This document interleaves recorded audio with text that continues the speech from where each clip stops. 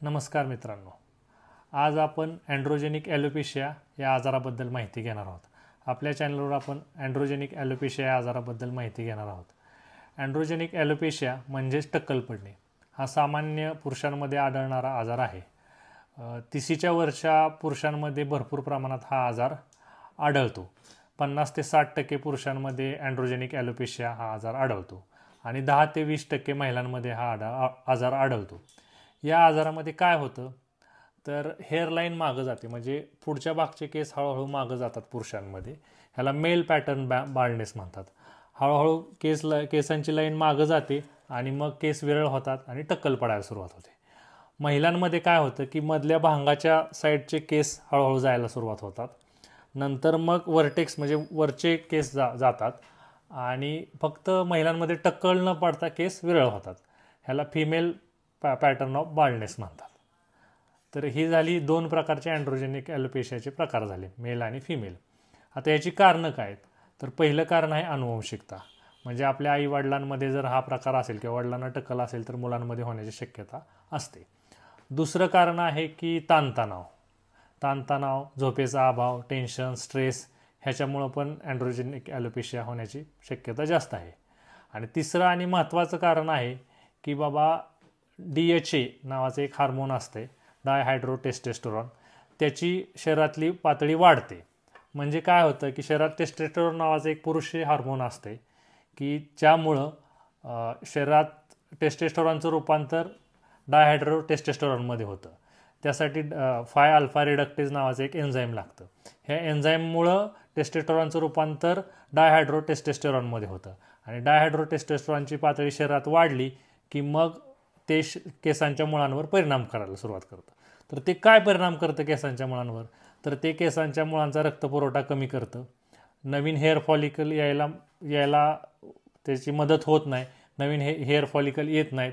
आलेले केसांची मुळं लहान होतात आणि केसांची मुळं लहान झाली की आपोआप नवीन असलेले केस गळतात आणि नवीन येणाऱ्या केसांचं प्रमाण कमी होतं आणि हळूहळू टक्कल पडायला सुरुवात होते. तर अशा प्रकारे हे डायहायड्रोटेस्टेस्टेरॉन हे अँड्रोजेनिक ॲलोपेशिया किंवा टक्कल पडणे ह्यात फार महत्त्वाची भूमिका बजावतं.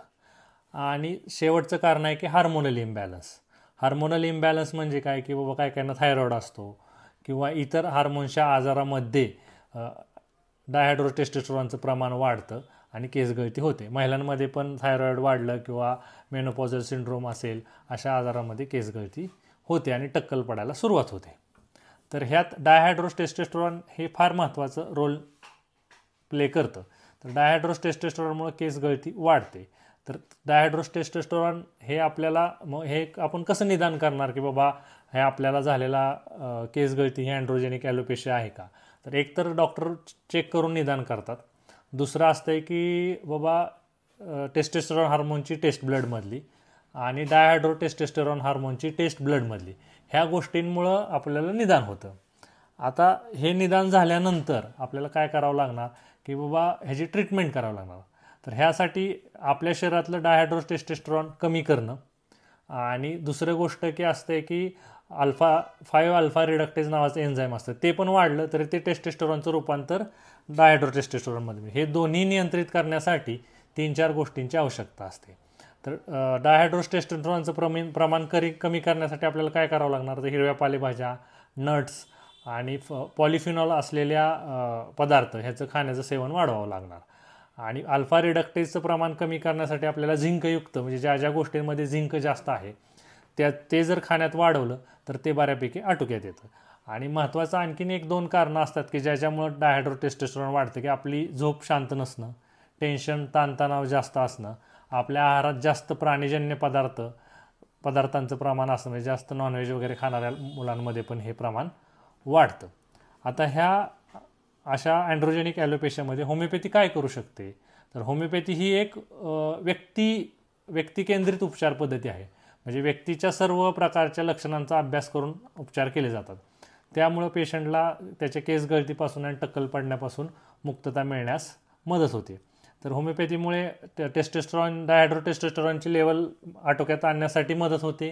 दुसरी गोष्ट त्याची झोप शांत, ताणतणाव कमी करण्यासाठी मदत होते आणि तिसरी गोष्ट की संयुक्त म्हणजे सगळ्या प्रकारच्या उपचार पद्धती, काउन्सिलिंग, डाएट आणि एक्झरसाइज या सगळ्या गोष्टींचा एकत्रितपणे विचार करून औषधोपचार केले जातात आणि त्यामुळे पेशंटला फायदा होतो आणि त्यामुळे पेशंटची केस गळती थांबून त्याला अँड्रोजेनिक ॲलोपेशियापासून मुक्तता मिळण्यास मदत होते.